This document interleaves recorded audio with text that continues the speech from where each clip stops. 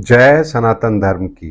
प्रिय सनातनियों, आप सभी का स्वागत है हमारे इस कार्यक्रम में।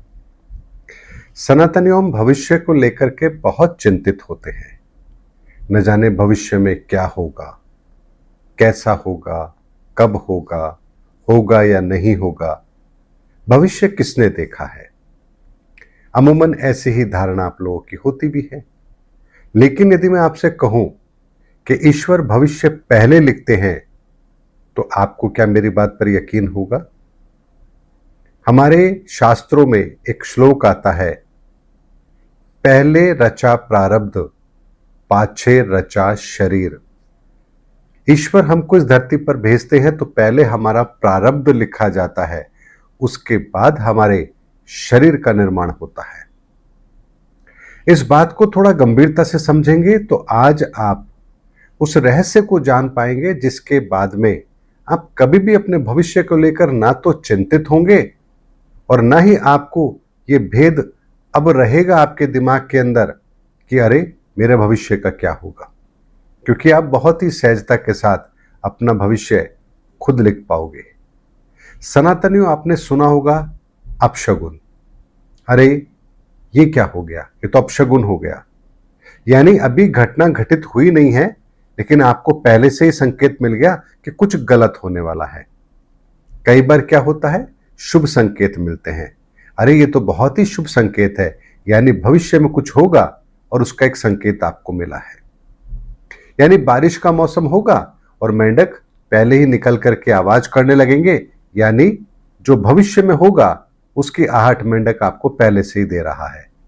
बिल्ली रास्ता काट गई, आपको क्या लगता है, अरे ये तो ठीक नहीं हुआ, बिल्ली ने रास्ता काट लिया।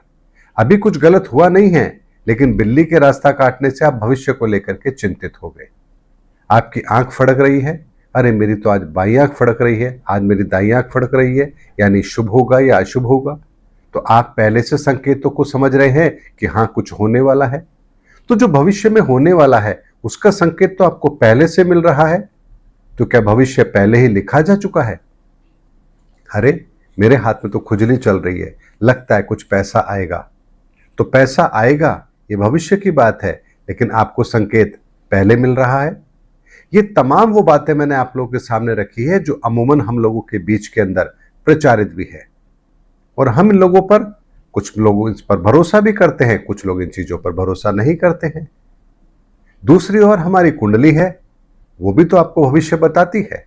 आपकी कुंडली के वो देख करके ही तो ये कहा जाता है कि आपका आने वाला समय कैसा है, आप किस क्षेत्र में सफल होंगे, आपका परिवार कैसा होगा, आपका व्यवहार कैसा है। तो जो भविष्य के गर्भ में है वो पहले से कैसे पता चल रहा है? तो क्या इसका मतलब भविष्य पहले से लिखा जा चुका है? कल्कि अभी इस धरती पर आए हैं या नहीं आए हैं ये अलग विषय है, लेकिन कल्कि के संदर्भ में 500 साल पहले लिख दिया गया। तो 500 साल पहले क्या लिखा गया? भविष्य लिखा गया। कृष्ण के जन्म से पहले आकाशवाणी होती है कि देवकी का 8वां पुत्र ही कंस तेरा काल बनेगा। तो भविष्य में जो होगा ईश्वर ने पहले से ही उसको प्रकट कर दिया। का रूप मांगा नारद जी ने और हरि ने उन्हें वानर का रूप दे दिया, यानी हरि का रूप दे दिया, वानर का रूप दे दिया। तो आने वाले समय के अंदर राम बनकर जब वो धरा पर आएंगे, वानर उनकी मदद करेंगे। ये भविष्य की घटना है, लेकिन लिख पहले दिया गया। तो जो हम वर्तमान में कर रहे हैं तो फिर इसका क्या महत्व है? अगर सब कुछ पहले से निर्धारित है तो फिर हम कर्म कर क्यों रहे हैं? प्रश्न तो ये है। तो क्या ईश्वर अगर पहले से भविष्य लिख देते हैं और जो लिखा हुआ है वो घटित होगा ही होगा, तो फिर हम कर्म कर क्यों रहे हैं? तो सनातन एक बात को समझिए, जो आप कर्म कर रहे हैं वास्तव में आप अपना भविष्य लिख रहे हैं, क्योंकि भविष्य में जो होगा उसको ईश्वर पहले ही हमें संकेतों के माध्यम से, ऊर्जाओं के माध्यम से व्यवस्था कर देते हैं, ताकि हम उन कर्मों को करते हैं और भविष्य के अंदर वो परिणाम हमें प्राप्त होते हैं। लेकिन जो आप वर्तमान में कर रहे हैं यही आपके भविष्य की नींव है। यानी भविष्य में क्या होगा ये आप स्वयं तय करते हैं। आप जो वर्तमान में कर्म करते हैं यही वो तय करता है कि आपका भविष्य कैसे होगा। इसीलिए सनातन एक बात को समझिए, ईश्वर का कोई भी कार्य अनायास नहीं होता है। इस धरती पर जो कुछ भी घटित होता है एक नियोजन के तहत होता है, और जो कुछ घटित होगा उसका परिणाम बहुत पहले लिख दिया जाता है, और उसी तरह की क्रियाएं इस धरती पर होती हैं, और जो हम क्रियाएं करते हैं वास्तव में हम भविष्य को लिख रहे होते हैं। ऐसे में वर्तमान के अंदर यदि हम ईश्वर की मर्जी के अनुसार अगर चल रहे हैं तो परिणाम 100% हमारे पक्ष में होगा, क्योंकि ईश्वर कभी भी कोई कार्य ऐसा करते ही नहीं हैं जो इस धरती के लिए शुभ ना हो। लेकिन जब हम जो कार्य करने के लिए हमें चिन्हित किया जाता है वो कार्य ना करके अपनी मनमर्जी करने लगते हैं, तब यहां हम विधि के विधान में हस्तक्षेप करते हैं। और जब हस्तक्षेप करते हैं तो हमारा समायोजन भी पहले से लिख दिया जाता है कि भविष्य में हम किन ऊर्जाओं के आधार पर कौन सी गलतियां करेंगे और उसका समायोजन क्या होगा। इसीलिए सनातन एक बात को समझिए, इस संसार के अंदर जो कुछ भी हो रहा है एक नियम के तहत हो रहा है, और अगर इस नियम को समझेंगे तो आप ये समझ पाएंगे कि भूत, भविष्य और वर्तमान ये 3 अवस्थाएं नहीं हैं, बल्कि ये एक ही अवस्था है, और सिर्फ इसको समझने का फर्क है। जैसे आपके 2 कदम हैं, आप जब चलना शुरू करते हैं आपके दोनों कदम एक जगह पर होते हैं, लेकिन जब आप अपना पहला कदम आगे बढ़ाते हैं तो दूसरा कदम आपका पास्ट है, और पहला कदम जो आपने उठाया ये भविष्य की ओर बढ़ता हुआ कदम है। लेकिन कुछ देर पहले दोनों वर्तमान थे, लेकिन अब जो आपका अगला कदम होगा ये आपका भूतकाल है, और ये अब उससे आगे जाएगा। यानी भूत, भविष्य और वर्तमान ये इस तरह से ताने बाने के अंदर बुने हुए होते हैं कि जो वर्तमान होता है उसके अंदर किया गया कार्य आपके भविष्य की रूपरेखा तय करता है, और जो आप वर्तमान के अंदर नहीं करते हैं वही प्रक्रिया आपकी भूतकाल बनती है, और यही भूतकाल फिर आपका अगला कदम बनकर आपके सामने आता है। यानी भूत, भविष्य, वर्तमान तीनों वर्तमान के इर्द गिर्द घूमते हैं। इसीलिए वर्तमान के अंदर जो आप करते हैं वही भविष्य की रूपरेखा तय करता है, और जो वर्तमान में आप नहीं कर पाते हैं वही भूतकाल में आपको पश्चाताप के लिए, प्रायश्चित का एक मौका देता है कि देखो काश मैं उस समय पर कर लेता। और जो आप नहीं कर पाते हैं वही आपका भूतकाल होता है कि आपने अगर उस समय ये किया होता तो आज आपके परिणाम कुछ और होते।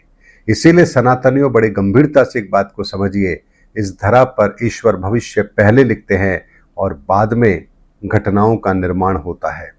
इसीलिए जीवन के अंदर सदैव सकारात्मक सोच के साथ अपने आप को ईश्वर के बनाए हुए इस नियम के अनुसार आगे लेकर के चलिए। आपको जीवन में कभी भी असफलता का स्वाद नहीं चखना पड़ेगा। लेकिन जो लोग स्वयं को सर्वे सर्वा समझते हैं और सोचते हैं अरे भविष्य किसने देखा, वो वही गलती करते हैं। जैसे इस संसार का एक नियम है और इस नियम के तहत जो कार्य हो रहा है वो भूत और भविष्य दोनों के आधार पर हो रहा है।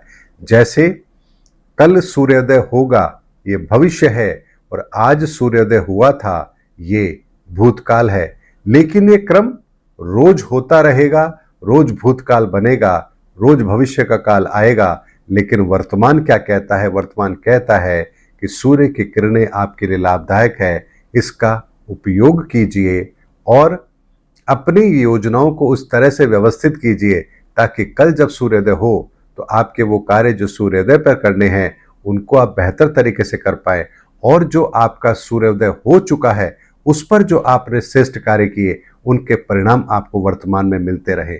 इसलिए भूत, भविष्य, वर्तमान तीनों एक ही अवस्था के 3 रूप हैं, लेकिन इन्हें आप समझेंगे तब आप समझ पाएंगे कि ईश्वर का कार्य वर्तमान के लिए होता है, भविष्य पहले लिखा जाता है और भूतकाल में जो हुआ है उसी के आधार पर वर्तमान और भविष्य दोनों निर्धारित किए जाते हैं।